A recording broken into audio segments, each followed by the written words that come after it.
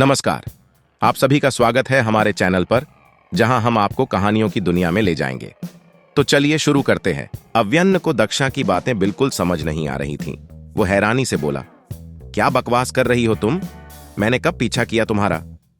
दक्षा अव्यन्न से खुद को छुरा पीछे होते हुए बोली, अब झूठ मत बोलो, सिर मुझे पता चल गया था कोई तो मेरा पीछा कर रहा। अव्यन्न कुछ सोचते हुए हाथ बढ़ा दक्षा को कमर से पकड़ अपने सीने से सटाते हुए बोला, दूर क्यों जा रही हो तुम? ऐसे भी तो बात हो सकती है। दक्षा हैरानी से आंखें बड़ी कर अव्यन्न को देख उसके सीने पे हाथ रख उसे दूर करते हुए बोली, सिर आप क्यों चिपक रहे हो मुझसे? दूर होकर भी बात कर सकते हैं ना, बात। अव्यन्न दक्षा को और करीब कर उसके पल्लू को कमर से हटा अपने हाथ उसके पेट पे रखते हुए बोला, बीवी हो मेरी, मुझे पास रहकर करनी है दक्षा को। अव्यन्न के छूने से गुदगुदी होने लगती है। दक्षा अव्यन्न के हाथ को हटाते हुए बोली, सिर आप ठरकी हो गए हो, कैसी हरकत है ये? अव्यन्न अपने होंठ दक्षा के कंधे पे रख दूसरे हाथ से दक्षा के पतली कमर को सहलाते हुए बोला, पत्नी के पास आने को ठरकी नहीं कहते दक्षा, पति पत्नी इससे भी ज्यादा पास होते हैं। दक्षा अव्यन्न के कंधे पे हाथ रख गहरी सांस लेते हुए बोली, मुझे नहीं आना पास, सिर छोड़िए मुझे। अव्यन्न दक्षा को बालों से पकड़ अपने पास लाते हुए बोला, छोड़ दूंगा, जल्दी भी क्या है तुम्हें? कहते हुए अव्यन्न दक्षा के लीप को स्मुच करने लगता है। दक्षा की आंखें हैरानी से बड़ी हो जाती हैं। दक्षा अव्यन्न के गले पे हाथ रख उसे दूर करने को हुई तो अव्यन्न उसके हाथों को पकड़ पिलर से लगा देता है और पूरे पैसन के साथ दक्षा को चूमने लगता है। अब आगे पर अव्यन्न को दक्षा से किस बैक चाहिए था, इसीलिए अव्यन्न बार बार दक्षा के होठों को काट रहा था। अव्यन्न दक्षा के मुंह को इंटेंस के साथ एक्सप्लोर कर रहा था। 20 मिनट के किस के बाद जब दक्षा को सांस नहीं आ रही थी तो अव्यन्न दक्षा से दूर हो उसके होठों को इंटेंस के साथ देखने लगता है। दक्षा गहरी सांस लेते हुए बोली, इससे भी ज्यादा पास होती हैं बीवियां सिर। अव्यन्न हल्का मुस्कुरा के दक्षा को देखते हुए झट से उठा लेता है तो दक्षा अपने पैर अव्यन्न के कमर पे लपेट लेती है। अव्यन्न दक्षा को उसी तरह ले जाते हुए बोला, चलो कमरे में चलते हैं अब। दक्षा नामे सिर हिला बोली, मुझे आपके साथ कहीं नहीं जाना। अगली सुबह फोन के रिंग से अव्यन्न की नींद खुलती है। अव्यन्न फोन उठाता है तो दूसरी तरफ से राणा की आवाज आती है। राणा की बात सुन अव्यन्न बिना कुछ बोले फोन काट जैसे ही उठने को होता है उसे अपने ऊपर भारी नहीं पर किसी के होने का एहसास होता है। दक्षा अव्यन्न से लिपटकर चैन की सांस सो रही थी। दक्षा का आधा शरीर अव्यन्न के ऊपर था और एक पैर अव्यन्न के दोनों टांगों के बीच। अव्यन्न गहरी सांस लेकर दक्षा को उठाने की कोशिश करता है तो दक्षा अपना चेहरा अव्यन्न के गले में रब करते हुए फिर से गहरी नींद में चली जाती है। दक्षा के ऐसा करते ही अव्यन्न का पूरा शरीर कुछ पल के लिए सिहर उठता है। अव्यन्न को अपना शरीर गर्म होता महसूस होता। अव्यन्न मुट्ठी काश बोला, अब जो भी होगा इसमें मेरी कोई गलती नहीं है दक्षा मित्तल। कहते हुए अव्यन्न दक्षा को अपने ऊपर से फ्लिप कर उसे अपने नीचे कर खुद उसके ऊपर आ जाता है। अव्यन्न के ऐसा करते ही दक्षा चौंकते हुए आंखें खोल अव्यन्न को देखती है। अव्यन्न एक नजर दक्षा के खूबसूरत चेहरे को देख उसे ऊपर से नीचे तक देखता है, जिसका दुपट्टा दूर गिरा था और उसका खुला पेट अव्यन्न के सामने था। दक्षा अव्यन्न के सीने पे हाथ रख अलसाई आवाज में बोली, सिर क्यों परेशान कर रहे हो, सोने दो ना। अव्यन्न आंखें छोटी कर दक्षा को देख बोला, खुद मुझे उसका के अब तुम्हें सोना है बच्चू। दक्षा धीरे से अव्यन्न को देखती है। अव्यन्न दक्षा के कमर से होते हुए अपने हाथ को दक्षा के सीने पे रख धीरे धीरे सहलाने लगता है तो दक्षा की नींद उड़ जाती है। दक्षा अव्यन्न को हाथ को जैसे हटाने को होती अव्यन्न उसके हाथों को ऊपर कर देता है। दक्षा को अव्यन्न का ये टच अच्छा लग रहा था पर उसे बेहद शर्म आ रही थी। दक्षा गहरी सांस लेते हुए बोली, सिर आप बिल्कुल ठरकी हो, अपने स्टूडेंट का फायदा उठा रहे हो। मैं आपको छोड़ूंगी नहीं, मुझे छोड़िए सिर प्लीज। अव्यन्न हल्का मुस्कुरा के बोला, मेरा हक है फायदा उठाना बीवी जी। दक्षा चीखते हुए बोली, जब मैं इस शादी को नहीं मानती तो हक कैसा, अब छोड़ो मुझे सिर। अव्यन्न अपने हाथ को दक्षा के सीने पे काशते हुए बोला, मिसेस दक्षा अव्यन्न सिंह, शेखावत हो तुम, जैसैलमेर की रानी सा, मेरा हक है तुम पे। तुम्हारे चाहने से मुझे फर्क नहीं पड़ता। और बात रही फायदा उठाने की, वो अभी तक मैंने फायदा उठाया नहीं, पर जब मेरा मन होगा जरूर उठाऊंगा फायदा भी। दक्षा दांत पीसते हुए बोली। सिर मैं सबको बता दूंगी आप मेरे साथ क्या करते हो कमरे में। अव्यन दक्षा के नेक पे बाइट करता है तो दक्षा चीख उठती है। अव्यन अपने बाइट किए जगह पे लिख कर बोला, क्या तुम सबको बताओगी तुम्हारे गले पे ये निशान कैसे हुआ। दक्षा को अब अव्यन की बात पे शर्म आने लगी थी। दक्षा के गाल लाल पड़ जाते हैं। दक्षा रोनी सूरत कर बोली, मुझे शर्म आ रही है सिर अब। अव्यन हाँ में सिर हिला, दक्षा के होठों पे होठ रख देता है और पूरे इंटेंस के साथ उसे चूमने लगता है। अव्यन की पकड़ दक्षा के हाथों पे डीली पड़ चुकी थी। अव्यन ने एक हाथ से दक्षा के गले को पकड़ा था और दूसरे हाथ को धीरे धीरे उसके सीने में सहलाते हुए दक्षा के ब्लाउज के अंदर डालता है। दक्षा अव्यन का साथ नहीं दे रही थी, पर उसे रोकना भी नहीं चाहती थी। अव्यन अपने हाथ को दक्षा के सीने पे काशते हुए बोला, मिसेस दक्षा। अव्यन सिंह, शेखावत हो तुम, जैसलमेर की रानी सा, मेरा हक है तुम पे। तुम्हारे चाहने से मुझे फर्क नहीं पड़ता। और बात रही फायदा उठाने की, वो अभी तक मैंने फायदा उठाया नहीं, पर जब मेरा मन होगा जरूर उठाऊंगा फायदा भी। दक्षा दांत पीसते हुए बोली, सिर मैं सबको बता दूंगी आप मेरे साथ क्या करते हो कमरे में। अव्यन दक्षा के नेक पे बाइट करता है तो दक्षा चीख उठती है। अव्यन अपने बाइट किए जगह पे लिख कर बोला, क्या तुम सबको बताओगी तुम्हारे गले पे ये निशान कैसे हुआ।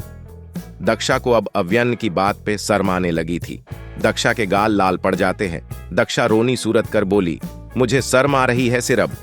अव्यन हाँ में सिर हिला, दक्षा के होठों पे होठ रख देता है और पूरे इंटेंस के साथ उसे चूमने लगता है।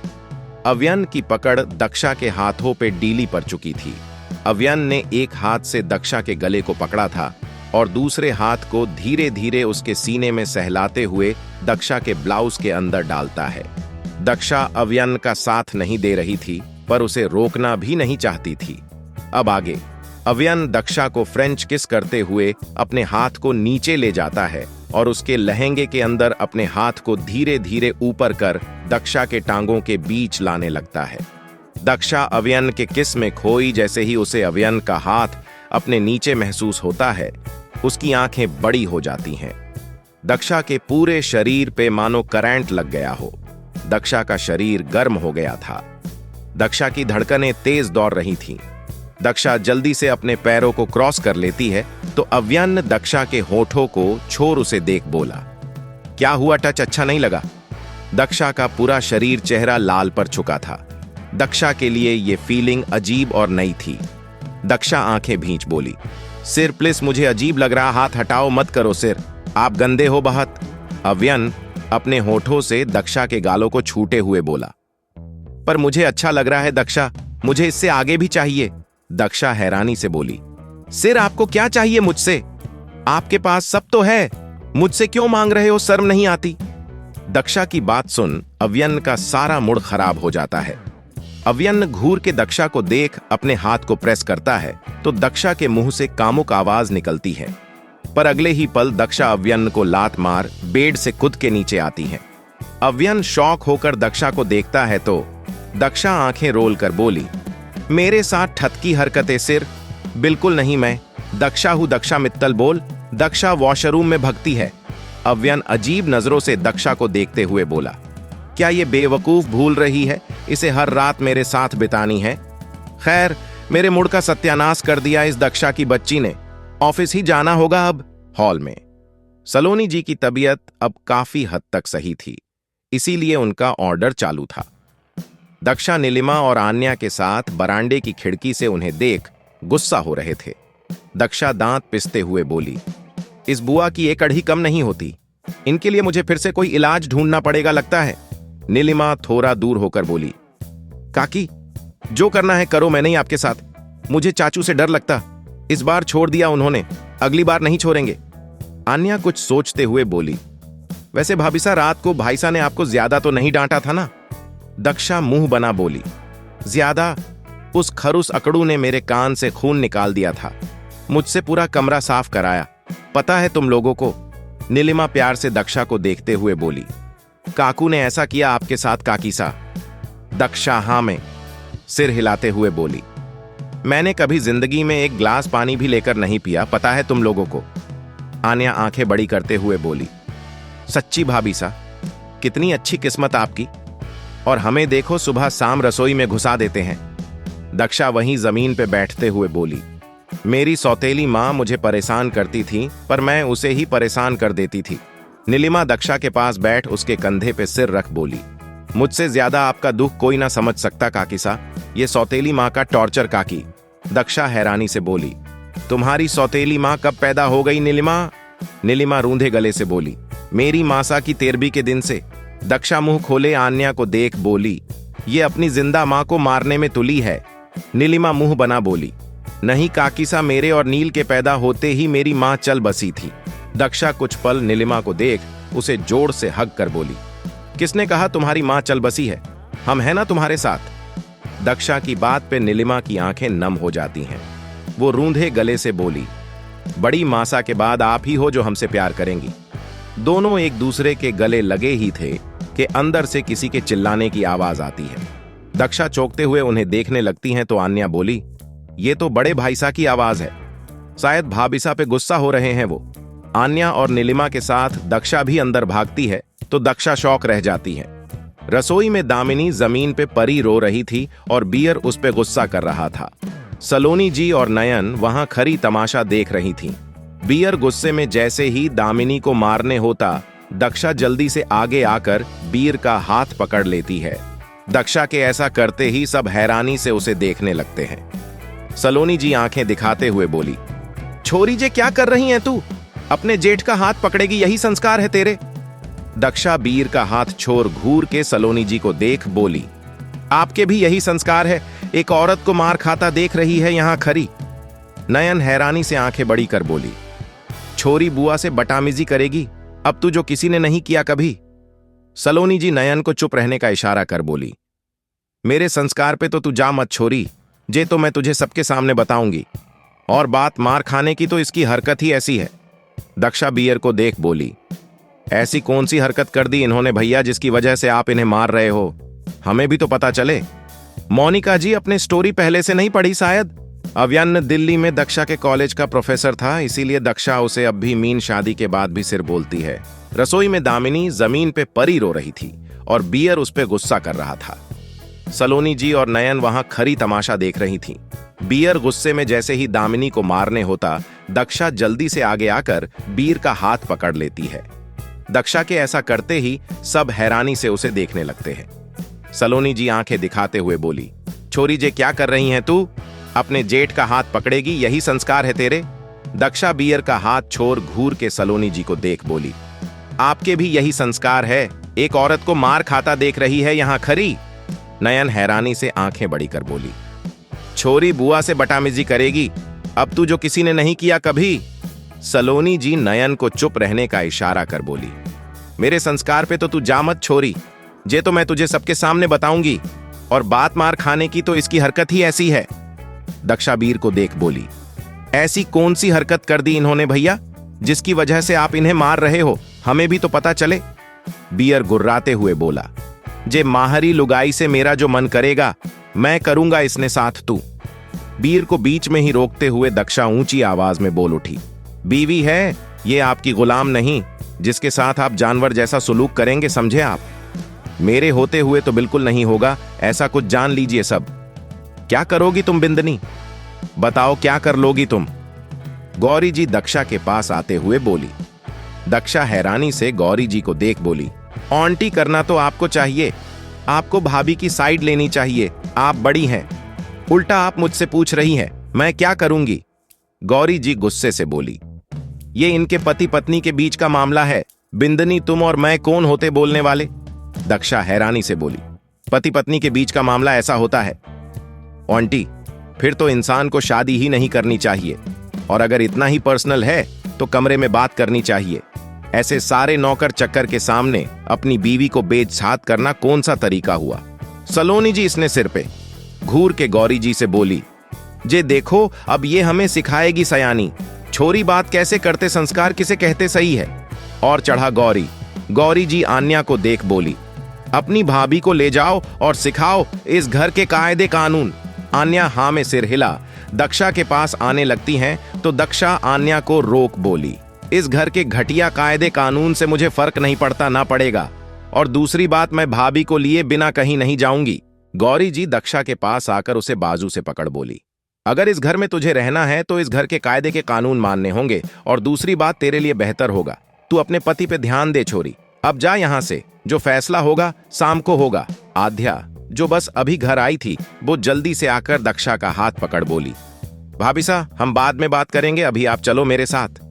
दक्षा दामिनी को सहारा देकर उठा अपने साथ कमरे में ले जाती है। शाम का वक्त। दक्षा दामिनी के पास बैठ उसे मलहम लगा रही थी।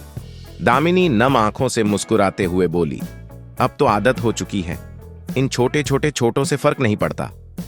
दक्षा फुकते हुए दामिनी के हाथों पे मलहम लगाते हुए बोली, छोटे या बड़े चोट से फर्क नहीं पड़ता भाभी, फर्क गलत और सही से पड़ता है। वहां खरी आन्या धीरे से बोली, हम बचपन से ये सब देखकर आदी हुए हैं भाभी, यहां सही गलत सिर्फ मर्दों की मर्जी से होता है। दक्षा हैरानी से बोली, यहां से क्या मतलब है तुम्हारा? ये भारत ही है जहां औरतों पे हाथ उठाना गलत है, गैर कानूनी है आन्या। आध्या गुर्राते हुए बोली, बस कीजिए भाभी, आपके कहने से कुछ बदल नहीं जाएगा। दक्षा हंसते हुए बोली, आध्या तुम ये बोल रही हो, तुम एक पढ़ी लिखी लड़की हो, तुम्हें इसका विरोध करना चाहिए। दामिनी दक्षा का हाथ पकड़ बोली, तू जाने देना मत, पर इन सब में ये कोई नई बात जरूर है मेरे लिए। दक्षा जैसे ही कुछ कहने को होती है, पीछे से अव्यान्न की गुस्से भरी आवाज सबके कानों में पड़ती है।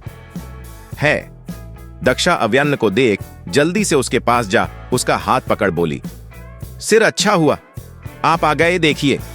अव्यान्न बीच में ही दक्षा को रोकते हुए उसे बाजू से पकड़ खींचते हुए अपने साथ ले जाते हुए बोला, चलो कमरे में मुझे बात करनी है तुमसे। दक्षा अव्यान्न को रोकने की कोशिश करती है, पर अव्यान्न उसकी एक भी सुने बिना कमरे में लाकर दरवाजा बंद कर देता है। दक्षा बेड पे बैठ हैरानी से अव्यान्न को देख गुस्से से बोली, हद है सिर, ये क्या तरीका होता है? आप जब चाहे अपनी मर्जी मुझ पे नहीं चला सकते। अव्यान्न दक्षा को घूरते हुए उसके पास जा बोला, मैं जब जो चाहे तुम्हारे साथ कर सकता हूं, समझी?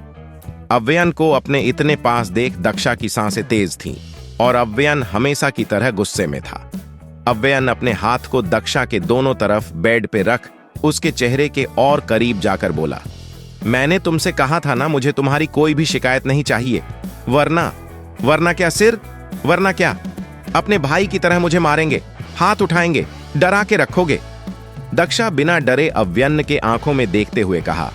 दक्षा की बात सुन अव्यान्न शौक रह जाता है। अव्यान्न दक्षा से थोड़ा दूर होते हुए बोला, तुम ये क्या बकवास कर रही हो दक्षा? अपनी गलती छुपाने के लिए तुम फिर झूठ बोलोगी मुझसे? दक्षा नामे सिर हिला बोली, नहीं सिर, यकीन करो मेरा, मैं कोई झूठ नहीं कह रही हूं, वो आज। अव्यान्न दक्षा पे गुस्सा करते हुए बोला, चुप, बिल्कुल चुप दक्षा, तुम कुछ नहीं बोलोगी आगे, और मेरी बात अच्छे से सुन लो, ताउसा के सामने तुम कुछ नहीं कहोगी, समझी? अपना मुंह बंद रखोगी। दक्षा अव्यान्न को रोकने की कोशिश करती है, पर अव्यान्न उसकी एक भी सुने बिना कमरे में लाकर दरवाजा बंद कर देता है। दक्षा बेड पे बैठ हैरानी से अव्यान्न को देख गुस्से से बोली, हद है सिर, ये क्या तरीका होता है? आप जब चाहे अपनी मर्जी मुझ पे नहीं चला सकते। अव्यान्न दक्षा को घूरते हुए उसके पास जा बोला, मैं जब जो चाहे तुम्हारे साथ कर सकता हूं, समझी? अव्यान्न को अपने इतने पास देख दक्षा की सांसें तेज थीं और अव्यान्न हमेशा की तरह गुस्से में था। अव्यान्न अपने हाथ को दक्षा के दोनों तरफ बेड पे रख उसके चेहरे के और करीब जाकर बोला, मैंने तुमसे कहा था ना मुझे तुम्हारी कोई भी शिकायत नहीं चाहिए, वरना क्या सिर, वरना क्या अपने भाई की तरह मुझे मारेंगे, हाथ उठाएंगे, डरा के रखोगे? दक्षा बिना डरे अव्यान्न के आंखों में देखते हुए कहा। दक्षा की बात सुन अव्यान्न शौक रह जाता है। अव्यान्न दक्षा से थोड़ा दूर होते हुए बोला, तुम ये क्या बकवास कर रही हो दक्षा? अपनी गलती छुपाने के लिए तुम फिर झूठ बोलोगी मुझसे? दक्षा नामे सिर हिला बोली, नहीं सिर, यकीन करो मेरा, मैं कोई झूठ नहीं कह रही हूं, वो आज। अव्यान्न दक्षा पे गुस्सा करते हुए बोला, चुप, बिल्कुल चुप दक्षा, तुम कुछ नहीं बोलोगी आगे, और मेरी बात अच्छे से सुन लो, ताउसा के सामने तुम कुछ नहीं कहोगी, समझी? अपना मुंह बंद रखोगी। दक्षा घूर के अव्यन को देख मन में बोली, क्या ये सिर को भी बियर भाई की गलती नजर नहीं आ रही है? उन्हें ये गलत नहीं लगता? क्या मुझे भी दामिनी भाभी जैसे टॉर्चर करेंगे सिर? अव्यन दक्षा को चुप देख उसका हाथ पकड़ ले जाते हुए बोला, चलो नीचे, अब अपना मुंह मत खोलना और चुपचाप बुआ से माफी मंगोगी तुम। दक्षा मुंह फुला चुपचाप अव्यन के साथ जाने लगती है। हॉल में आज हॉल में पूरा घर शामिल था। बियर, सलोनी और मालती जी नयन चारों दक्षा के खिलाफ साथ थे और बाकी घर एक तरफ। दक्षा अव्यन के साथ खड़ी थी। अव्यन ने अब तक उसका हाथ पकड़ा हुआ था। ये देख सलोनी जी गौरी को देख बोले, गौरी अपने छौरे ने सिखा, जरा ऐसे लुगाई ने हाथ पकड़ सबके सामने बेशर्मी ना करे। दक्षा जल्दी से अव्यन से अपना हाथ छुड़ाने लगती हैं तो अव्यन दक्षा के हाथ को और मजबूती से पकड़ उसे घूरते हुए बोला, बीवी हो, मेरी किसी गैर का हाथ थामे नहीं खड़ा हूं, चुपचाप खड़ी रहो। अव्यन की बात सुन दक्षा चुप हो जाती है। वहीं सलोनी जी का मुंह भी बंद हो जाता है। विजय जी सलोनी जी और गौरी को देख बोले, बताओ तो क्या शिकायत है थम लोगों की माहरी छोरी से? सलोनी जी आगे आते हुए बोली, भाई साहब जे छोरी ने आज अपनी सारी हद पार कर दी है। इसने माहरे संस्कारों पे सवाल उठाया है, अपने जेठ का हाथ पकड़ा। छिछी जे शहर की छोरी माहरे वंश को बर्बाद कर देगी भाई साहब, मैं बता रही। विजय जी दक्षा को एक नजर देख बोले, सलोनी थारे को शिकायत बोलने बांसते कहां था, बुराइयां नहीं। फिर दक्षा को देख बोले, तू कुछ ना बोलेगी बेटी? दक्षा विजय जी को देख अव्यन को देखती है जो खा जाने वाली नजरों से उसे ही देख रहा था। विजय जी गुर्राते हुए बोले, माहरे होते हुए तुझे किसी से भी डरने की कोई जरूरत बेटी? बता क्या बताना चाहे से तू? विजय जी के बात से दक्षा को काफी हिम्मत मिली। वो मन में बोली, शायद मेरी बात से नाराज होकर ये लोग मुझे घर से निकाल दें। हाँ, इससे अच्छा मौका क्या हो सकता है? दक्षा कुज्जा मैदान में। दक्षा अव्यन का हाथ छोड़ आगे बढ़ बोली, ताऊ जी मैंने कुछ नहीं किया गलत तो बीर भैया और बुआ ने किया है, दामिनी भाभी के साथ। दक्षा की बात पे सब शौक रह जाते हैं। मालती जी आंखें छोटी कर बोली, क्या गलत किया है मेरे बेटे ने, बता? दक्षा जल्दी से बोली, इन्होंने दामिनी भाभी पे हाथ उठाया है, उन्हें मारा है, मैंने खुद देखा है। बियर चिल्लाते हुए बोली, छोरी थारी जुबान काट दूंगा, मेरे बारे झूठ बोलेगी। कहते हुए बियर आगे बढ़ता है तो अव्यन दक्षा के पास जा बीर को घूरते हुए बोले, इतनी हिम्मत नहीं किसी में अव्यन शेखावत की बीवी को आंख उठा के देखे, तुम हाथ लगाने की बात कर रहे हो? मालती जी गौरी जी को देख बोली, देख ले गौरी, कहा था ना मैंने जे छोरी अव्यन के लायक ना है। 2 दिन ना हुए आए भाइयों, मैं कलेश करा दिया। दक्षा हैरानी से बोली, ताई जी मैंने क्या किया? मैं तो वही बता रही हूं जो हुआ आज, मैंने खुद देखा। और ये बुआ झूठ बोलती हैं, मैंने किसी के संस्कार पे बात नहीं की, इनको बस मेरे खिलाफ बोलना है। विजय जी बियर को घूरते हुए बोले, बियर अपनी जगह पे बैठ, मैं अट्ठे बैठा हूं फैसला करने वास्ते। फिर दामिनी को देख बोले, बड़ी बिंदनी तू बता, क्या दक्षा सही बोल रही से? क्या बियर ने तुझ पे हाथ उठाया? दामिनी बीर को देखती है जो गुस्से से उसे घूर रहा था। दक्षा दामिनी के पास जा उसके हाथ को पकड़ बोली, भाभी बताओ सच, उनसे मत डरो, यहां सब हैं आपके साथ। दामिनी एक गहरी सांस लेकर दक्षा के हाथ को अपने हाथ से झटकते हुए बोली, बस हो गया दक्षा, कुछ भी मत बोल तू, मेरे बिंद है वो, और हमारे बीच की बात को ऐसे पूरे घर में बता के क्यों तमाशा कर रही है तू? दामिनी की बात सुन दक्षा शौक रह जाती है। दक्षा हैरानी से दामिनी को देख बोली, भाभी मैंने क्या तमाशा किया? मैं तो आपकी मदद करना चाहती हूं बस। अव्यन दक्षा को गुस्से से देखते हुए बोला, मैंने कहा था तुमसे कोई बकवास मत करना।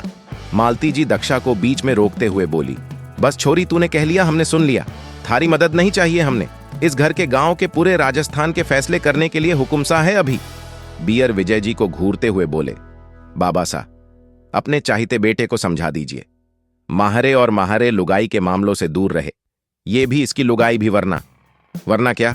दक्षा के तरफ अगर किसी ने आंख भी उठाई उसे उखाड़ फेंकूंगा मैं। अव्यन ने पूरे रौब के साथ बोल उठा। अव्यन दक्षा का हाथ पकड़ जैसे जाने को हुआ गौरी जो अब तक चुप थी उन्हें रोकते हुए बोली, रुक जा अव्य, एक फैसला और बाकी है अभी। मालती जी गौरी जी को देख बोली, देख ले गौरी, कहा था ना मैंने जे छोरी अव्यन के लायक ना है। 2 दिन ना हुए आए भाइयों, मैं कलेश करा साथ दिया। दक्षा हैरानी से बोली, ताई जी मैंने क्या किया? मैं तो वही बता रही हूं जो हुआ आज, मैंने खुद देखा। विजय जी बियर को घूरते हुए बोले। बीर अपनी जगह पे बैठ, मैं अट्ठे बैठा हूं फैसला करने वास्ते। फिर दामिनी को देख बोले, बड़ी बिंदनी, तू बता क्या दक्षा सही बोल रही से? क्या बीर ने तुझ पे हाथ उठाया? दामिनी बीर को देखती है जो गुस्से से उसे घूर रहा था। दक्षा दामिनी के पास जा बोली, भाभी बताओ सच, उनसे मत डरो, यहां सब हैं आपके साथ। दामिनी एक गहरी सांस लेकर दक्षा के हाथ को अपने हाथ से झटकते हुए बोली, बस हो गया दक्षा, कुछ भी मत बोल तू। मेरे बिंद है वो, और हमारे बीच की बात को ऐसे पूरे घर में बता के क्यों तमाशा कर रही है तू? दामिनी की बात सुन दक्षा शौक रह जाती है। दक्षा हैरानी से दामिनी को देख बोली, भाभी मैंने क्या तमाशा किया? मैं तो आपकी मदद करना चाहती हूं बस।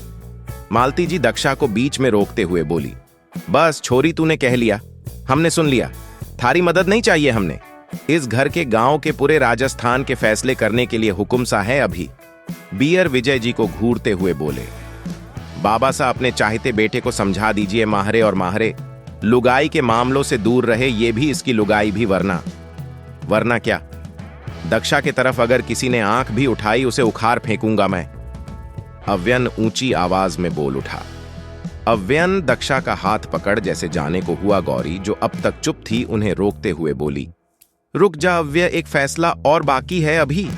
अव्यन हैरानी से अपने मां को देखता है तो गौरी जी दक्षा को देख बोली, आज फैसला कर ही दीजिए बड़े भाई साहब। अगर इस छोरी को इस घर में रहना है तो इस घर के हर कायदे कानून को मानना होगा, इस घर के फैसले को, बड़े के हुक्म को मानना होगा।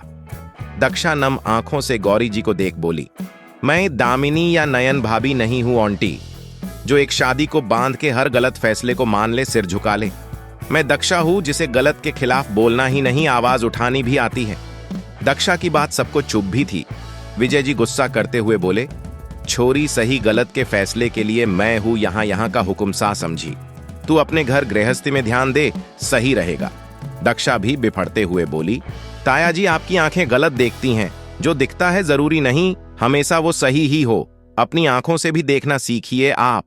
मालती जी गुस्से हैरानी के मिले जुले भाव के साथ बोली, यही बाकी था अव्यान, थारी लुगाई थारे सामने थारे ताऊ की बेइज्जती करे और तू खरा तमाशा देखे। अव्यन दक्षा को घूर के देख उसे बाजू से पकड़ बोला, चलो अभी यहां से तुम। दक्षा अव्यन के हाथों को झटक बोली, नहीं जाना मुझे कहीं सिर, मुझे नहीं मानना यहाँ के कानून फैसले, मुझे अपने घर जाने दीजिए बस। अव्यन एक नजर सबको देख दक्षा के बिल्कुल पास जा धीरे से उसके कान के पास जा बोला, चुपचाप चलो मेरे साथ, वरना उठा के ले जाने में मुझे कोई दिक्कत नहीं होगी दक्षा। अव्यन ने यह बात ऐसे कही थी कि सिर्फ दक्षा ही सुन पाई थी। दक्षा हैरानी से अव्यन को देखने लगती हैं तो अव्यन उसका हाथ पकड़ अपने साथ ले जाता है। कमरे में आते ही दक्षा काउच पे बैठ अव्यन को घूर के देखने लगती हैं तो अव्यन उसे इग्नोर कर वॉशरूम जाने लगता है। दक्षा गुर्राते हुए चीखी, आप भी अपने भाई जैसे मारो मुझे सिर, आपकी नजरों में भी तो मैं ही गलत हूं, झूठी हूं। अव्यन दक्षा के पास जा जबड़े कसते हुए बोला, मैंने कहा था ना अपनी जुबान बंद रखना, फिर क्यों बोली नीचे? दक्षा अपनी जगह से उठ अव्यन के सामने खड़ी हो बोली, सिर आपको अब भी लगता मैं झूठ बोल रही हूं?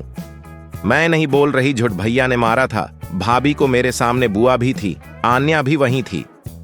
अव्यन गहरी सांस लेकर दक्षा के चेहरे पे एक हाथ धीरे और प्यार से बोला, मुझे पता है तुम झूठ नहीं बोल रही हो दक्षा, पर इस घर के तौर तरीके तुम्हें समझने होंगे। दक्षा अव्यन का हाथ पकड़ बोली, सिर आप क्यों नहीं कुछ करते, आपको भाभी का साथ देना चाहिए। अव्यन, क्या तुम्हें लगता है मैं गलत के खिलाफ आवाज नहीं उठाऊंगा? पर जब तक भाभी कुछ नहीं बोलेंगी मैं तो क्या कोई भी कुछ नहीं बोल सकता? दक्षा अव्यन के हाथ को झटकते हुए बालकनी में जाते हुए बोली, सब एक जैसे हैं, यहां मुझे किसी से बात नहीं करनी। अगली सुबह दामिनी रोज की तरह सुबह जल्दी उठ के सबके लिए चाय नाश्ता तैयार करने लग गई थी, पर उसके दिमाग में रात की बातें ही चल रही थीं। दामिनी अपने ही ख्यालों में थी कि उसके कानों में बियर आवाज गूंजती है। बियर ऊंची आवाज में बोला, कल के सबक से थारा पेट कोनी भरा, क्या जो ख्यालों में जी रही है? दामिनी बीर की आवाज सुन अपने ख्यालों से बाहर आते हुए बोली, नहीं ऐसा ना है, आपको कुछ चाहिए? बियर गुस्से से बोला, चाय ना मिली मानने आज। दामिनी सिर हिला जल्दी से बोली, जी आप बैठिए, अभी लाई बस। बियर के जाते ही दामिनी के आंखों से एक कतरा आंसू बह जाते हैं। दामिनी सुबकते हुए बोली, मेरे पास कोई रास्ता नहीं है ये सब सहने के अलावा। मैं इनके खिलाफ नहीं जा सकती, मुझे इनकी हर बात माननी होगी, वरना ये मेरे घर वालों को जिन्हें नहीं देंगे। अव्यन्न का कमरा। दक्षा बालकनी में खड़ी राजस्थान के सवेरे को देख रही थी। दक्षा आज जल्दी ही उठ गई थी क्योंकि उसे नींद नहीं आई रात को। दक्षा अपने में ही खोई थी कि उसकी नजर महल के मैन गेट की तरफ जाती है, जहां अच्छे से साफ सफाई चल रही थी। दक्षा थोड़ी हैरान हुई, पर कुछ सोचते हुए वो कमरे में भागी। दक्षा कमरे से बाहर जा ही रही थी कि वो सामने टवाल लपेटे वॉशरूम से बाहर आ रहे अव्यन से तकड़ा जाती है। इस आगे के रोमांस के लिए वेट करो अब, और थैंक यू सबके कमेंट के लिए। सबको इतनी अच्छी लगेगी ये स्टोरी सोचा नहीं था मैंने, पर मेरी पसंदीदा स्टोरी है काफी ये। दक्षा अव्यन का हाथ पकड़ बोली, सिर आप क्यों नहीं कुछ करते? आपको भाभी का साथ देना चाहिए। अव्यन, क्या तुम्हें लगता है मैं गलत के खिलाफ आवाज नहीं उठाऊंगा? पर जब तक भाभी कुछ नहीं बोलेंगी मैं, तो क्या कोई भी कुछ नहीं बोल सकता? दक्षा अव्यन के हाथ को झटकते हुए बालकनी में जाते हुए बोली, सब एक जैसे हैं, यहां मुझे किसी से बात नहीं करनी। अगली सुबह दामिनी रोज की तरह सुबह जल्दी उठ के सबके लिए चाय नाश्ता तैयार करने लग गई थी, पर उसके दिमाग में रात की बातें ही चल रही थीं। दामिनी अपने ही ख्यालों में थी कि उसके कानों में बियर आवाज गूंजती है। बियर ऊंची आवाज में बोला, कल के सबक से थारा पेट कोनी भरा, क्या जो ख्यालों में जी रही है? दामिनी बीर की आवाज सुन अपने ख्यालों से बाहर आते हुए बोली, नहीं ऐसा ना है, आपको कुछ चाहिए? बियर गुस्से से बोला, चाय ना मिली मानने आज। दामिनी सिर हिला जल्दी से बोली, जी आप बैठिए, अभी लाई बस। बीर के जाते ही दामिनी के आंखों से एक कतरा आंसू बह जाते हैं। दामिनी सुबकते हुए बोली, मेरे पास कोई रास्ता नहीं है ये सब सहने के अलावा। मैं इनके खिलाफ नहीं जा सकती, मुझे इनकी हर बात माननी होगी। अव्यन्न का कमरा। दक्षा बालकनी में खड़ी राजस्थान के सवेरे को देख रही थी। दक्षा आज जल्दी ही उठ गई थी क्योंकि उसे नींद नहीं आई रात को। दक्षा अपने में ही खोई थी कि उसकी नजर महल के मैन गेट की तरफ जाती है, जहां अच्छे से साफ सफाई चल रही थी। दक्षा थोड़ी हैरान हुई, पर कुछ सोचते हुए वो कमरे में भागी। दक्षा कमरे से बाहर जा ही रही थी कि वो सामने टवाल लपेटे वॉशरूम से बाहर आ रहे अव्यन्न से तकड़ा जाती है। अब आगे दक्षा जैसे गिरने को होती हैं, अव्यन्न उसे कमर से पकड़ अपने मजबूत हाथों से खींच लेता है। गिरने के डर से दक्षा ने आंखें बंद कर रखी थीं। अव्यन्न दक्षा को देख धीरे से उसके कान के पास जा ठंडी सांसें छोड़ते हुए बोला, मेरे होते हुए तुम गिर सकती हो तुम्हें लगता है? अव्यन्न की ठंडी सांसें महसूस कर दक्षा की पूरी बॉडी सिहर उठती है। अव्यन्न बस शावर लेकर अभी निकला था, उसके शरीर से आ रही भीनी भीनी खुशबू दक्षा को काफी अच्छी लग रही थी, पर रात की बातें याद आते ही दक्षा के चेहरे के भाव बदल जाते। दक्षा एक एक शब्द चबाते हुए बोली, रात को सबके सामने गिराने से पहले तो नहीं की फिक्र अपने, अब क्यों संभाल रहे हो फिर? दक्षा की बातों से उसके गुस्से को अव्यन्न साफ समझ सकता था। अव्यन्न दक्षा के कमर पे हाथ को और ज्यादा कसते हुए उसे अपने सीने से चिपकाते हुए बोला, मेरे सामने ये जुबान ज्यादा मत चलाना, वरना आप कर कुछ नहीं सकते सिर। बेहतर होगा पहले अपना तलिया संभालिए। दक्षा ने अव्यन्न को घूरते हुए कहा। अव्यन्न हल्का मुस्कुरा के शरारती अंदाज में दक्षा के खुले कमर पे हाथ रखते हुए बोला, तलिए के नीचे तुम्हारे काम की ही चीज है बीवी, जितनी जल्दी खुलेगी ये तड़प कम होगी। अव्यन्न की बात सुन दक्षा का चेहरा शर्म से लाल और हैरानी से आंखें बड़ी हो जाती हैं। दक्षा के मुंह से आवाज नहीं निकल पा रही थी। अव्यन्न दक्षा के गुलाबी होठों को अंगूठे से रब करते हुए बोला, जल्दी शर्मा गई तुम तो, जब देखोगी तब क्या होगा तुम्हारा। दक्षा रोनी सकल बना अव्यन्न से खुद को छुनारे की कोशिश करते हुए बोली, छिसिर आप अश्लील ठरकी हो, मुझसे कैसे कैसे बातें करते हो अपने हैं। अव्यन्न दक्षा को बीच में रोकते हुए बोला, स्टूडेंट बोलना मत, तुम फिलहाल इस कमरे में सिर्फ मेरी बीवी हो। दक्षा घूर के अव्यन्न को देखती है तो अव्यन्न धीरे से दक्षा के होठों पे अपने होठ रख उसे चूमने लगता है। दक्षा की आंखें हैरानी से बड़ी हो जाती दक्षा अव्यान को खुद से दूर करने की कोशिश करती हैं, पर अव्यान उसे दीवार से सटा उसके हाथों को ऊपर कर देता है। अव्यान पूरे इंटेंस के साथ दक्षा के होठों को चूस रहा था और दक्षा चुपचाप खड़ी थी। अव्यान अपने एक हाथ को दक्षा के कमर पे रख मसलता है और दूसरे हाथ से उसके कंधे को काश के पकड़ता है। दक्षा जो अब तक चुप थी, उसने कुछ सोचते हुए अपने पैर को जैसे उठाया। अव्यन जल्दी से उसके दोनों पैरों के बीच खड़ा हो जाता है। अव्यन दक्षा को फ्रेंच किस करते हुए अपने हाथ को दक्षा के कमर से होते हुए उसके ब्लाउज के डोरी पे रख उसे खींच देता है। अव्यन के ऐसा करते ही दक्षा चौंक उठती है और पूरे जोर से अव्यन के जुबान को काट लेती है। अव्यन जो दक्षा के होठों को टेस्ट करने में बिजी था, दक्षा के ऐसा करते ही उससे दूर हो जाता है। अव्यन के दूर होते ही दक्षा गहरी सांस लेते हुए उसे देखने लगती है। दक्षा दांत पीसते हुए बोली, अगली बार दक्षा के साथ जबरदस्ती नहीं चलेगी सिर, वरना कहीं और ही चोट लगेगी। अव्यन घूर के दक्षा को देखता है, क्योंकि उसके तो पूरे मुड़ का बैंड बज चुका था। दक्षा आगे बढ़ अव्यन की तरफ पीट कर बोली, अब सीधी तरह ये डोरी भी बांध दीजिए सिर। अव्यन दक्षा के खुले पीठ को देख उसके दोनों डोरी को पकड़ अपने तरफ खींचता है। फिर अपना चेहरा दक्षा के बैक के बिल्कुल पास ले जा उसके कंधे पे बाइट कर देता है, जिससे दक्षा करहा उठती है। दक्षा के पूरे शरीर में आग सी लग जाती है। दक्षा चीखते हुए बोली, ठरकी बटामी सिर, आप अपनी हरकतों से बाज नहीं आओगे। अव्यन अपने जुबान में लगे ब्लड को उंगली से पोंछ बोला, अब सबसे छुपाते फिरना ये निशान दक्षा। अव्यन दक्षा के खुले पीठ को देख उसके दोनों डोरी को पकड़ अपने तरफ खींचता है। फिर अपना चेहरा दक्षा के बैक के बिल्कुल पास ले जा उसके कंधे पे बाइट कर देता है, जिससे दक्षा करहा उठती है। दक्षा के पूरे शरीर में आग सी लग जाती है। दक्षा चीखते हुए बोली, ठरकी बटामी सिर, आप अपनी हरकतों से बाज नहीं आओगे। अव्यन अपने जुबान में लगे ब्लड को उंगली से पोंछ बोला, अब सबसे छुपाते फिरना ये निशान दक्षा। दक्षा पैर पटकते हुए नीचे आ जाती है। दक्षा हॉल से होते हुए जा ही रही थी कि दामिनी से वो तकड़ा जाती है। दामिनी दक्षा को देख जैसे ही स्माइल करती है, दक्षा गुस्से से उसे घूरते हुए चली जाती है। दामिनी निराशा से उसे देख किचन की तरफ चली जाती है। दक्षा बाहर आंगन में आकर साफ सफाई कर रहे लोगों को अजीब नजरों से देखने लगती है।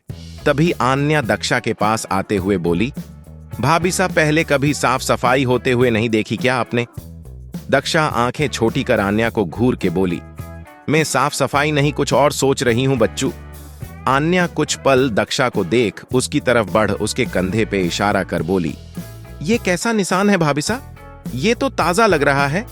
दक्षा अपने कंधे पे हाथ रख थोड़ी देर पहले कमरे में उसके और अव्यन के बारे सोचती है। फिर आन्या को देख झट से बोली, वो तुम्हारा खरूस भाई। कहते हुए दक्षा चुप हो जाती है। ये देख आन्या आंखें छोटी कर बोली, के हुआ भाभी साहब, चुप क्यों हो गई? बताओ ना, ये घाव कैसे हुआ? ये घाव नहीं, इसे लव बाइट कहते हैं गद्दी। आध्या उनके पास आते हुए बोली। दक्षा आन्या दोनों हैरानी से आध्या को देखते हैं तो आध्या मुंह बना बोली, भाभी, आन्या का समझ आता, आप क्यों घूर रहे हो ऐसे जैसे आपको पता ही नहीं इस निशान के बारे में? दक्षा आंखें मिट मिट कर बोली, मुझे तो पता है, पर तुम्हें कैसे पता? अध्या, कमरे में क्या हुआ? कहीं तुम ताका झाकी तो नहीं करती हमारे कमरे? अव्यन अपने जुबान में लगे ब्लड को उंगली से पोंछ बोला, अब सबसे छुपाते फिरना ये निशान दक्षा। दक्षा पैर पटकते हुए नीचे आ जाती है। दक्षा हॉल से होते हुए जा ही रही थी कि दामिनी से वो तकड़ा जाती है। दामिनी दक्षा को देख जैसे ही स्माइल करती है, दक्षा गुस्से से उसे घूरते हुए चली जाती है। दामिनी निराशा से उसे देख किचन की तरफ चली जाती है। दक्षा बाहर आंगन में आकर साफ सफाई कर रहे लोगों को अजीब नजरों से देखने लगती हैं। तभी आन्या दक्षा के पास आते हुए, पहले कभी साफ सफाई होते हुए नहीं देखी क्या आपने? दक्षा आंखें छोटी कर आन्या को घूर के बोली, मैं साफ सफाई नहीं कुछ और सोच रही हूं बच्चू। बोली, भाभी सा। आन्या कुछ पल दक्षा को देख उसकी तरफ बढ़ उसके कंधे पे इशारा कर बोली, ये कैसा निशान है भाभी सा? ये तो ताजा लग रहा है। दक्षा अपने कंधे पे हाथ रख थोड़ी देर पहले कमरे में उसके और अव्यान के बारे सोचती है। फिर आन्या को देख झट से बोली, वो तुम्हारा खरूस भाई। कहते हुए दक्षा चुप हो जाती है। ये देख आन्या आंखें छोटी कर बोली, के हुआ भाभीसा, चुप क्यों हो गई, बताओ ना, ये घाव कैसे हुआ? ये घाव नहीं, इसे लव बाइट कहते हैं गधी। आध्या उनके पास आते हुए बोली। दक्षा आन्या दोनों हैरानी से आध्या को देखते हैं तो आध्या मुंह बना बोली, भाभी, आन्या का समझ आता, आप क्यों घूर रहे हो ऐसे, जैसे आपको पता ही नहीं इस निशान के बारे में। दक्षा आंखें मिट मिट कर बोली, मुझे तो पता है, पर तुम्हें कैसे पता अध्या कमरे में क्या हुआ? कहीं तुम ताका झाकी तो नहीं करती हमारे कमरे अब आगे? आध्या आंखें छोटी कर बोली, भाभी कुछ भी, सबको पता होता नए शादीशुदा जोड़े के कमरे में क्या होता है। दक्षा हैरानी से बोली, ऐसा क्या होता है आध्या, जो मुझे नहीं पता तुम्हें पता है? आध्या हल्का मुस्कुरा के आगे बढ़ते हुए बोली, आपके गले का ये निशान बता रहा है, भाभी आपको क्या नहीं पता? आध्या कहते हुए जा ही रही थी कि उसका पैर फिसल जाता है और वो गिर जाती है। आध्या की चीख सुन सब द्वार के बाहर आते हैं। नील जल्दी से आध्या को सहारा देकर उठाता है। गौरी जी परेशान होते हुए बोली, बेटा ध्यान कहाँ होता तुम्हारा, आजकल चोट लगा ली ना? अव्यन जो ऑफिस के लिए निकल ही रहा था, आध्या को लंगड़ाता देख हैरानी से बोला, आध्या क्या हुआ तुम्हें? लंगड़ी टांग खेलने की कोशिश कर रही है। नयन बोली। अव्यन घूर के नयन को देखता है तो दक्षा आध्या के पैरों की तरफ देखते हुए बोली, गलत बात आध्या, मुझे लगा तुम्हें चोट लगी है, टांग खेल रही हो तुम तो। लंगरी अव्यन गुर्राते हुए बोला। Shut up Daksha. फिर अध्या को सहारा देते हुए बोला, चलो डॉक्टर के पास लेकर चलता हूं तुम्हें। दक्षा भी उनके पीछे जाते हुए धीरे से बोली, मुझे भी ले जाते, सिर घर में रह रह के बोर हो गई है दक्षा। इतना बोर हो गई है तो रसोई में जाकर रसोई संभाल। मालती जी की आवाज से दक्षा उन्हें घूरने लगती है। मालती जी ऊंचे आवाज में बोली, अपने हरे आंखों से घूरना बंद कर छोरी, बेहद हुआ, अब घर संभाल, दामिनी बिंदनी थारे को सिखा देगी सब। दक्षा बस सिर झुकाए दामिनी जी को जाता देख बोली, पहले अपना काम कर लूं, फिर कुछ सोचूंगी ताई जी। दक्षा अन्य का हाथ पकड़ बाहर ले जाते हुए बोली, मदद करो, मेरी जरूरी मिशन है। आन्या बोली, हाँ पर प्लान क्या है ये बताओ। दक्षा सब आन्या को जैसे जैसे कहती हैं, आन्या की आंखें हैरानी से बड़ी हो जाती हैं। आन्या बिफड़ते हुए बोली, पागल हो भाभी, बड़ी मासा जान ले लेगी हमारी। दक्षा बड़ी सी स्माइल के साथ बोली, और उन्हें बोलेगा कौन, प्लान हमारा था गद्दी। आन्या ना में सिर हिलाती है तो दक्षा उसे धक्का देते हुए बोली, जाओ, उनके आने से पहले सब करना है। दोपहर का वक्त। अव्यन आध्या को डॉक्टर दिखा राणा के साथ घर भेज दिया था। आध्या हॉल में ही बैठ फ्रूट खा रही थी। नील उसके पास बैठा सबको हैरानी से देख रहा था। नील को हैरान देख आध्या बोली, क्या हुआ, तू इतना हैरान क्यों है? नील आध्या के प्लेट से फ्रूट लेते हुए बोला, इतनी तैयारी क्यों हो रही है बुआसा, कौन आ रहा है आज? आध्या मुस्कुराते हुए बोली, वो तो तू खुद देख लेना कौन आने वाला है। नील घूर के आध्या को देख बोला, ठीक से मैं पता कराता हूं अभी। मालती जी जल्दी से दामिनी के पास आते हुए बोली, बिंदनी हो गया ना, सब कुछ कमी नहीं होनी चाहिए महारे छोरे के स्वागत में। दामिनी गौरी जी के साथ आते हुए बोली, नहीं होगी मासा, सब तैयार है, सारा खाना मैंने पका लिया है। मालती जी मुस्कुराते हुए बोली, जे वास्ते तू माहरी इतनी प्यारी बिंदनी से। आध्या जो वहीं बैठी थी वो मुंह बनाते हुए बोली, ये तो गलत बात है ताईसा, चोट मुझे लगी है और प्यार भाभीसा को मिल रहा सारा। मालती जी मुस्कुरा के आध्या के पास जा बोली, तू तो जान से माहरी, सारा कुछ तो थारे वास्ते ही है। दक्षा जो आंगन के पास छुपी हॉल में सबको देख रही थी, वो परेशान होते हुए बोली, ये लोग यहां हॉल में क्यों हैं, जाते क्यों नहीं? आन्या बोली, शायद भाईसा के आने का इंतजार कर रहे होंगे ये लोग। दक्षा एबिल स्माइल के साथ बोली, उनके आने का इंतजार तो सबसे ज्यादा हमें है। अरे नहीं नहीं भाभीसा, वो। आन्या आगे कुछ कहती उससे पहले महल का बड़ा सा दरवाजा खुलता है और एक साथ बेहद सारी काली गरियां आकर महल के सामने रुकती है। दक्षा उन गाड़ियों को देख हैरान रह जाती है, पर आन्या के चेहरे पे बड़ी सी स्माइल आ जाती है। सारी गरियां आकर आकर रुकती है और सारी गाड़ियों से बॉडीगार्ड्स बाहर आते हैं, फिर बीच में खड़े गाड़ी का दरवाजा खोलते हैं। एक लंबा गोरा सा फिट शरीर का लड़का व्हाइट शर्ट ग्रे पेंट पहने बाहर आता है और चेहरे पे अजीब भाव पर खूबसूरत सी स्माइल लिए महल को देख रहा था। दक्षा की आंखें जैसे ही उस लड़के पे जाती हैं, दक्षा का मुंह खुला का खुला रह जाता है। दक्षा शौकड़ अंदाज में बोली, ये हैंडसम क्या मुझे इस कैद से छुड़ाने आया है भगवान जी? जी नहीं, ये हैंडसम अपने घर वापस आए हैं बरसों बाद। आन्या उस लड़के की तरफ बढ़ते हुए बोली। वो लड़का अपने पास खड़े राणा को देख बोला, राणा ये क्या है? मेरे स्वागत के लिए किसी के पास वक्त नहीं है क्या? राणा जल्दी से आगे आते हुए बोला, नहीं मालिक, सब आपका ही इंतजार कर रहे हैं। देखिए राणा, सामने इशारा करते हुए बोला। वो लड़का सामने देख जैसे ही अपने कदम आगे बढ़ाता है, अगले ही पल उसकी चीख पूरे महल में गूंज उठती है, जिसे सुन जल्दी से पूरा महल बाहर आता है। अव्यान, जिसने अभी महल में कदम रखा था, सामने उस लड़के को गिरा देख उसकी आंखें हैरान रह जाता है। दक्षा, जो आंगन के पास छुपी हॉल में सबको देख रही थी, वो परेशान होते हुए बोली, ये लोग यहां हॉल में क्यों हैं, जाते क्यों नहीं? आन्या बोली, शायद भाईसा के आने का इंतजार कर रहे होंगे ये लोग। दक्षा एबिल स्माइल के साथ बोली, उनके आने का इंतजार तो सबसे ज्यादा हमें है। अरे नहीं नहीं भाभी साहब। आन्या आगे कुछ कहती उससे पहले महल का बड़ा सा दरवाजा खुलता है और एक साथ बेहद सारी काली गरियां आकर महल के सामने रुकती है। दक्षा उन गाड़ियों को देख हैरान रह जाती है, पर आन्या के चेहरे पे बड़ी सी स्माइल आ जाती है। सारी गरियां आकर रुकती है और सारी गाड़ियों से बॉडीगार्ड्स बाहर आते हैं, फिर बीच में खड़े गाड़ी का दरवाजा खोलते हैं। एक लंबा गोरा सा फिट शरीर का लड़का व्हाइट शर्ट ग्रे पेंट पहने बाहर आता है और चेहरे पे अजीब भाव पर खूबसूरत सी स्माइल लिए महल को देखता है। दक्षा की आंखें जैसे ही उस लड़के पे जाती हैं, दक्षा का मुंह खुला का खुला रह जाता है। दक्षा शौकड़ अंदाज में बोली, ये हैंडसम क्या मुझे इस कैद से छुड़ाने आया है भगवान जी? जी नहीं, ये हैंडसम अपने घर वापस आए हैं बरसों बाद। आन्या उस लड़के की तरफ बढ़ते हुए बोली। वो लड़का अपने पास खड़े राणा को देख बोला, राणा ये क्या है?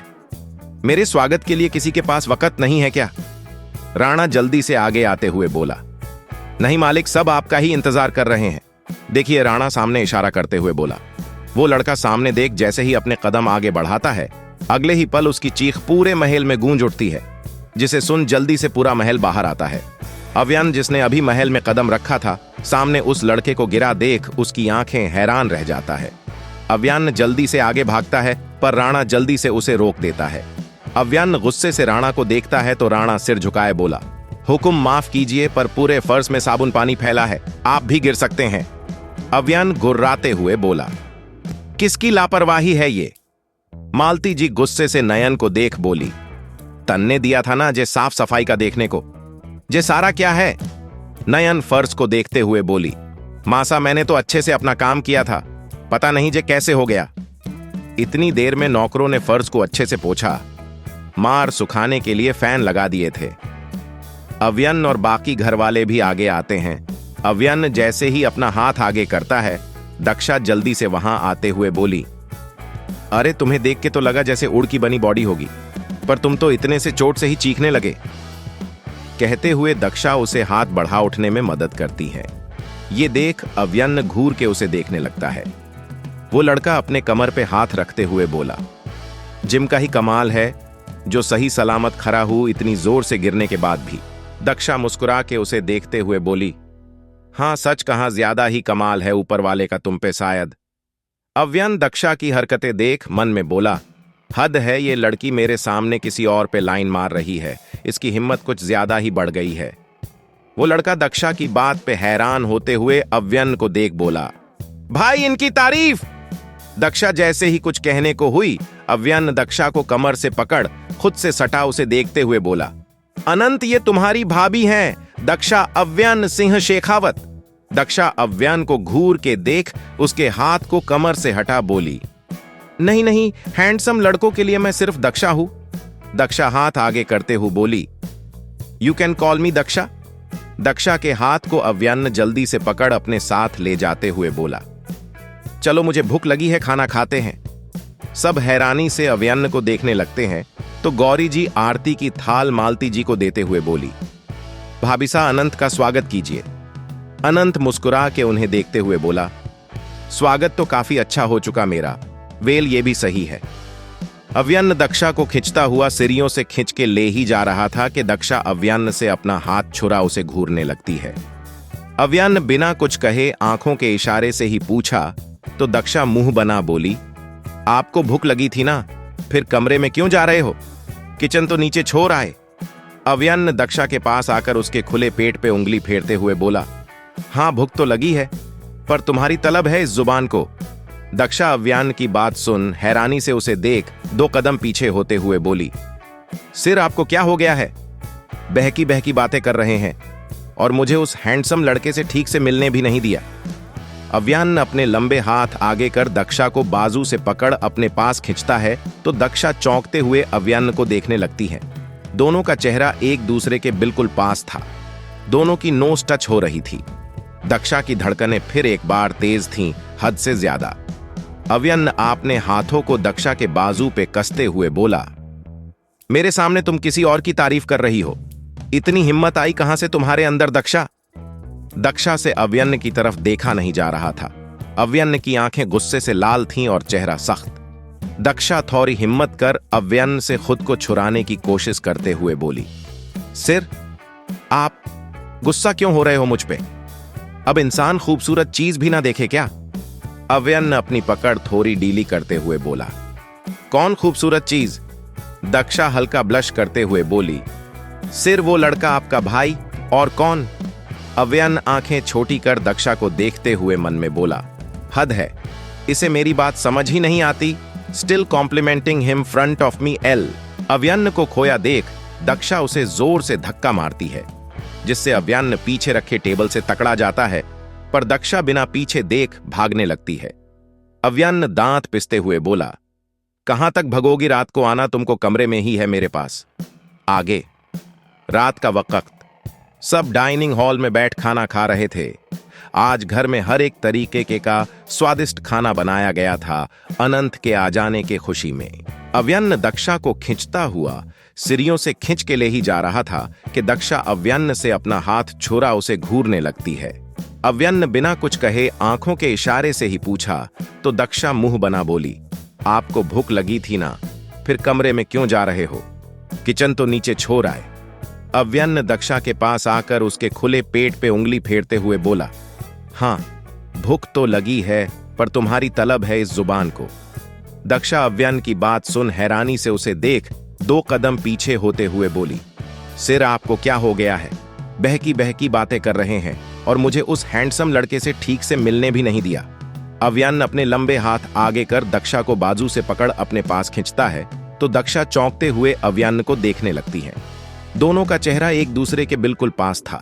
दोनों की नोज टच हो रही थी। दक्षा की धड़कनें फिर एक बार तेज थीं, हद से ज्यादा। अव्यन्न अपने हाथों को दक्षा के बाजू पे कसते हुए बोला, मेरे सामने तुम किसी और की तारीफ कर रही हो। इतनी हिम्मत आई कहां से तुम्हारे अंदर दक्षा? दक्षा से अव्यन्न की तरफ देखा नहीं जा रहा था। अव्यन्न की आंखें गुस्से से लाल थीं और चेहरा सख्त।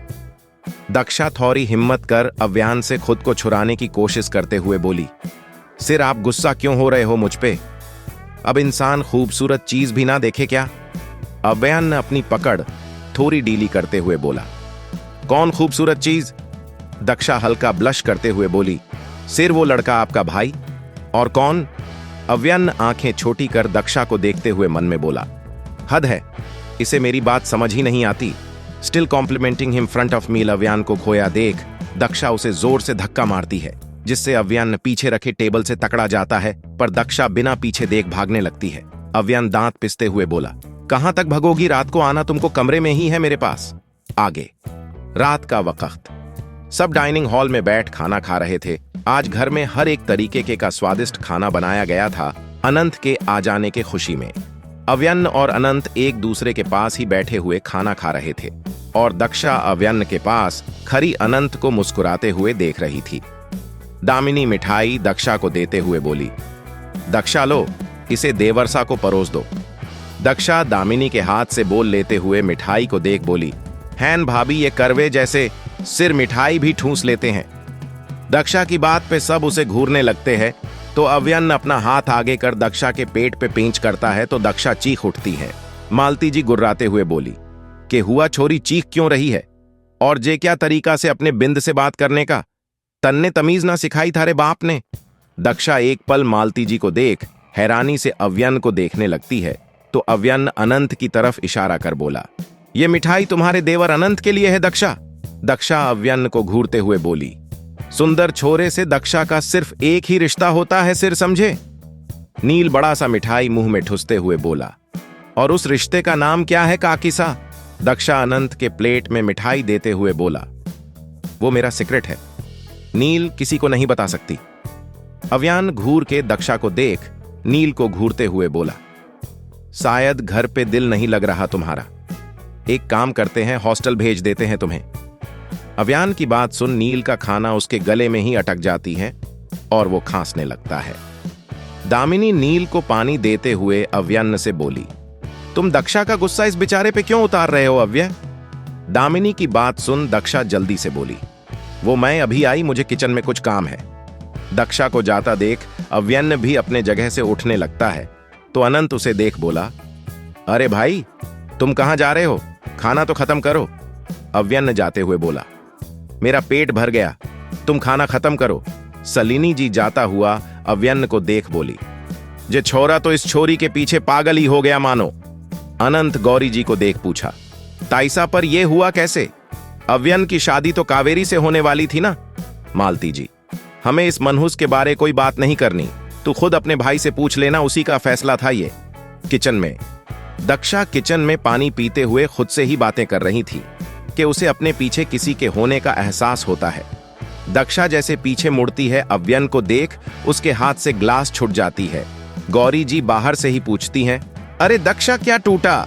दक्षा आंखें फाड़े अव्यन को देखती है, तो अव्यन अपने कदम आगे करते हुए धीरे से बोला, अगर कोई किचन में आया तो मैं सबके सामने तुम्हें किस करूंगा। अव्यन को इतना पास देख और उसकी ऐसी बात सुन दक्षा के गाल शर्म से लाल हो जाते हैं। दक्षा अपने कदम पीछे करती हैं तो वो किचन स्लेव से टकरा जाती है।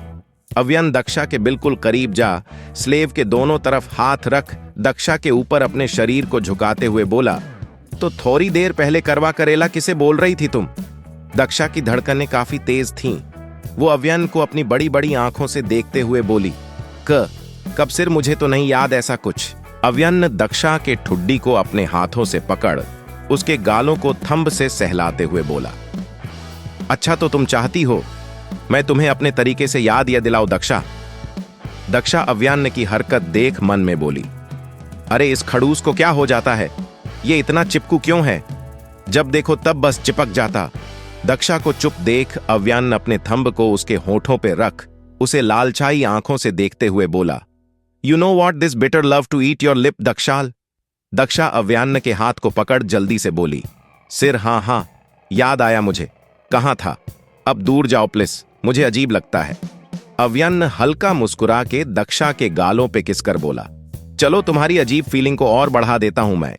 कहते हुए अव्यन जैसे ही दक्षा के होठों के पास अपने होंठ ले जाता है, दक्षा अव्यन के होठों पे हाथ रख बोली, यहां नहीं सिर कोई आ जाएगा प्लीज। अव्यन दक्षा के हाथ को पकड़ दूर कर हैरानी से देखते हुए बोला, ये तुम्हारी हाथों में खुशबू कैसी। क्या बोलेगी अब दक्षा, क्या फिर से अव्यन उसे पकड़ लेगा या कोई बहाना बना लेगी वो। अव्यन को इतना पास देख और उसकी ऐसी बात सुन दक्षा के गाल शर्म से लाल हो जाते हैं।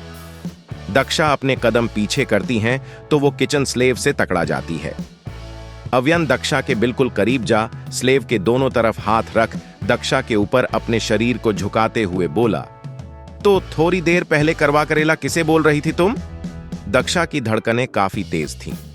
वो अव्यन को अपनी बड़ी बड़ी आंखों से देखते हुए बोली, कब सिर मुझे तो नहीं याद ऐसा कुछ। अव्यन दक्षा के ठुड्डी को अपने हाथों से पकड़ उसके गालों को थंब से सहलाते हुए बोला, अच्छा तो तुम चाहती हो मैं तुम्हें अपने तरीके से याद दिलाऊं दक्षा। दक्षा अव्यन की हरकत देख मन में बोली, अरे इस खड़ूस को क्या हो जाता है, ये इतना चिपकू क्यों है, जब देखो तब बस चिपक जाता। दक्षा को चुप देख अव्यन अपने थंब को उसके होठों पे रख उसे लालचाई आंखों से देखते हुए बोला, you know what this bitter love to eat your lip दाक्षाल। दक्षा अव्यन के हाथ को पकड़ जल्दी से बोली, सिर हाँ हाँ याद आया मुझे, कहां था। अब दूर जाओ प्लीज, मुझे अजीब लगता है। अव्यन हल्का मुस्कुरा के दक्षा के गालों पे किसकर बोला, चलो तुम्हारी अजीब फीलिंग को और बढ़ा देता हूं मैं। कहते हुए अव्यन जैसे ही दक्षा के होठों के पास अपने होंठ ले जाता है, दक्षा अव्यन के होठों पे हाथ रख बोली, यहां नहीं सिर कोई आ जाएगा प्लीज। अव्यन दक्षा के हाथ को पकड़ दूर कर हैरानी से देखते हुए बोला, ये तुम्हारी हाथों में खुशबू कैसी? अब आगे दक्षा की धड़कनें इस बार अव्यन के पास होने से नहीं उसके सवाल से बढ़ जाती हैं। दक्षा खुद को संत करते हुए बोली, मेरे हाथ सिर नहीं तो? वो शायद बर्तन धोए थे ना, इसीलिए साबुन की खुशबू रह गई। अव्यन कुछ पल दक्षा को देख बोला, घर में 50 से ज्यादा नौकर है, फिर तुम क्यों बर्तन धोई? दक्षा मुंह बना बोली, आपकी बुआ और ताई तो कहती हैं औरतों को घर के काम करने चाहिए। मैंने तो पहले किया भी नहीं सब। अव्यन हाँ में सिर हिला बोला, अगली बार से तुम ये सब काम नहीं करोगी समझी? दक्षा धीरे से बोली, पर ताई जी बुआ मुझसे जबरदस्ती कराती है। अव्यन उससे दूर हो जाते हुए बोला, पर अब से नहीं कराएगी, कमरे में आओ जल्दी, जो अधूरा है उसे पूरा करना है। दक्षा रोनी सूरत बना बोली, कमरे में ये खड़ूस और कमरे से बाहर ये दो भाभी नंद मेरी जिंदगी अजाब कर रखी हैं। अव्यान का कमरा। अव्यान बालकनी के गेट पे खड़ा था और अनंत काउच पे बैठा उसकी बातें सुन रहा था। अनंत गहरी सांस लेकर बोला, अव्य ये सब मुझे किसी ड्रामे के सीन से कम नहीं लग रहा है। मतलब ऐसा भी हो सकता है मंडप में दुल्हन ही बदल जाए। अव्यान पीछे मुड़ अनंत को देखते हुए बोला, ऐसा हुआ है, एग्जाम्पल तेरे सामने है। अनंत हंसते हुए बोला, हाँ बिल्कुल, पर मैंने इतनी अच्छी सीन मिस कर दी, अफसोस। पर ये बता, तूने दक्षा को इतनी आसानी से कैसे अपना लिया? मतलब तू वही अव्यन है ना जो शादी से दूर भागता था? अव्यन हाँ में सिर हिलाते हुए बोला, आन्या की वजह से मुझे उसे अपनाना पड़ा, मेरे पास दूसरा रास्ता ही नहीं था। और वैसे भी टाउसा का हुक्म टाल कैसे सकता था मैं? दक्षा जो कमरे के पास से दबे कदम से जा रही थी, अनंत की आवाज सुन जल्दी से कमरे में आती है, पर कमरे में किसी को ना देख वो स्टडी में जाती है और अनंत को देख बड़ी सी स्माइल उसके चेहरे पे आ जाती है। दक्षा जल्दी से उनके पास जाते हुए बोली, अरे तुम मेरे कमरे में मुझे बताया भी नहीं। फिर अव्यान को देख बोली, सिर गलत बात, अपने मुझे बताया क्यों नहीं? अनंत मेरे कमरे में आया हुआ है। अव्यान दक्षा को घूरते हुए बोला, तुम्हारा नहीं मेरा कमरा है ये, और तुम यहां क्या कर रही हो? मैंने कमरे में बुलाया था, स्टडी में नहीं। दक्षा अव्यान की बात को इग्नोर कर अनंत के पास बैठते हुए बोली, ओहो अनंत, तुम सिर को इग्नोर करो, ये ऐसे ही खरुस है, हमेशा मुझे डांटते रहते, मेहमान का लिहाज भी नहीं, इन्हें देखो ना। दक्षा की बात सुन अनंत को हंसी आने लगी थी, पर अव्यन के सामने वो कंट्रोल कर रहा था, क्योंकि अव्यन का नेचर उसे पता था गुस्से वाला। अव्यन एक एक शब्द चबाते हुए बोला, ये कोई मेहमान नहीं, इस घर का छोटा बेटा अनंत है। दक्षा मुस्कुराते हुए बोली, हाँ हाँ सिर मुझे पता है, आन्या ने बताया मुझे। अनंत अपनी जगह से उठते हुए बोला, काफी रात हो चुकी है, मुझे अब जाना चाहिए, गुड नाइट गाइस। दक्षा मुंह बना जाते हुए अनंत को देखने लगती है। अव्यन अपने हाथ बांध उसे देखते हुए बोला, तुम्हारा मुंह क्यों बन गया? दक्षा अव्यन को बेमान से देख बोली, कुछ नहीं, मैं थक गई, मुझे सोना है। अव्यन दक्षा के पीछे जाते हुए बोला, सोना मुझे भी है, फिर साथ सोते चलो। दक्षा घूर के अव्यन को देख बोली, जी नहीं, मुझे आपके साथ नहीं सोना, आप अपनी जगह सोइए, मैं इस साइड सोऊंगी। अगली सुबह दिल्ली। देव कमरे में ऑफिस के लिए रेडी हो रहा था, तभी पीछे से कोई उसे हक करता है। देव चौंकते हुए पीछे मुड़ता है तो पीहू उसे देख जोर जोर से हंसने लगती है। पास। देव पीहू का हाथ पकड़ अपने सीने से लगाते हुए बोला, यह क्या तरीका है पीहू? मैं डर गया था। पीहू अपने ठुड्डी को देव के सीने पे रख बोली, अरे देव, अपने घर के प्राइवेट कमरे में कौन डरता है? देव पीहू से दूर हो बोला, मेरे घर में ऐसी पागल हरकतें बस मेरी सोना करती थी, तो उसके जाने के बाद आदत नहीं रही। दक्षा का जिक्र होते ही पीहू उछलते हुए बोली, देव, मैं आपके पास इसीलिए तो आई थी, मुझे दक्षा से बात करनी है, पर उसका नंबर नहीं है। मेरे देव मुस्कुराते हुए बोला, हाँ, 1 महीना होने को आया, मेरी सोना को जाए, 1 महीने से हमारी बात नहीं हुई, कितनी अजीब बात है। पीहू बेड पे बैठते हुए बोली, देव, अपने दक्षा को 1 महीने में 1 काल नहीं की। उसका तो दिन नहीं बीतता था आपको पूरे दिन की बात बोले बिना। देव हाँ में सिर हिला बोला, हाँ शायद वो मुझसे अब तक नाराज है, माफ नहीं कर पाई अपने भाई को। पीहू देव को उदास होता देख उसका हाथ पकड़ अपने पास बैठा साइड टेबल पे रखा, उसके लैपटॉप को देव के हाथ में देते हुए बोली, चलो फोन लगाओ और दूर करो नाराजगी। देव हैरानी से पीहू को देखने लगता है तो पीहू देव के गालों को खींचते हुए बोली, ओहो सोचना बंद करो और काल तो लगाओ उसे पहले। देव हाँ में सिर हिला, अव्यन्न को काल लगा देता है। आशा है आपको यह कहानी पसंद आई होगी। अगर आपको हमारी कहानियां पसंद आती हैं तो कृपया हमारे चैनल को सब्सक्राइब करें और बेल आइकन को दबाएं ताकि आप हमारी नई कहानियों के बारे में जान सकें।